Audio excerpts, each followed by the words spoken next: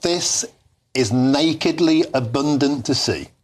That spliced together footage to paint a completely and utterly different picture from what was originally said. Gordon Rayner, fantastic scoop, the BBC, I'll put it to you. Bang to rights. Yes, I mean, the thing about, television news journalism, there's a big creative element to it as well. So while, of course, journalistically, you've got to be very accurate, when you're building up a documentary, you want it to look as creative and impactful as possible. But the difficulty here is when you take two clips of a speech and you make it say something completely different to what was clearly the intention in what Donald Trump was telling that crowd. Not that they should go down to the Capitol Hill and fight, but they should go down to Capitol Hill and cheer on those brave congressmen and women within Capitol Hill. So completely different interpretation is drawn from the edited version.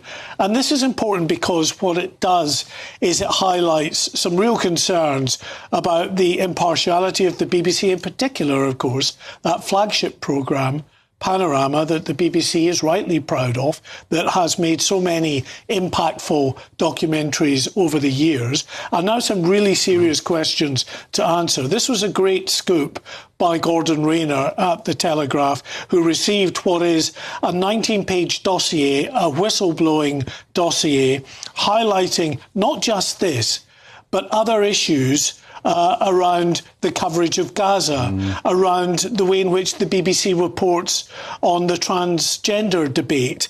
These are important issues which the dossier say the BBC has been not impartial on, but has actually been, in the coverage, taking a very partial view on that. OK, let's have a quick reminder. I think we have those clips, so you can see them side by side. Let's take a little peek.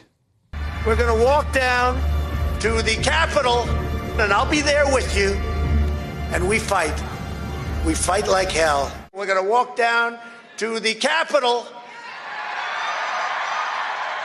and we're going to cheer on our brave senators and congressmen and women. They're completely different, Mark.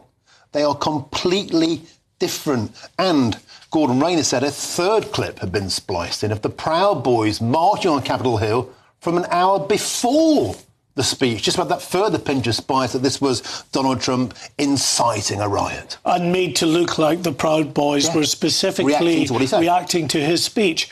In the dossier, it says, if I can just read from that article, they said that Panorama's distortion of the day's events was so egregious that viewers would ask, why should the BBC be trusted? And where will this end? That was in the dossier. Now, this dossier was presented to Panorama. Panorama's editors did not accept that they had done anything wrong at all. The dossier was then given to the chairman of the BBC, and no reply to this date has come from the chairman of the BBC. It was also handed to every member of the board, and as far as we can tell, there has been no meaningful reply from the BBC at all internally to the dossier, and certainly to the Telegraph. We heard from Gordon Rayner before saying that, they gave out a bland, short statement that said absolutely nothing.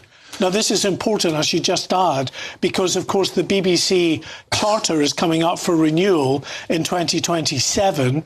The BBC is currently, of course, in talks with the Culture Secretary, Lisa Nandy, about the options going forward. She has said nothing is off the table in terms of the future funding of the BBC.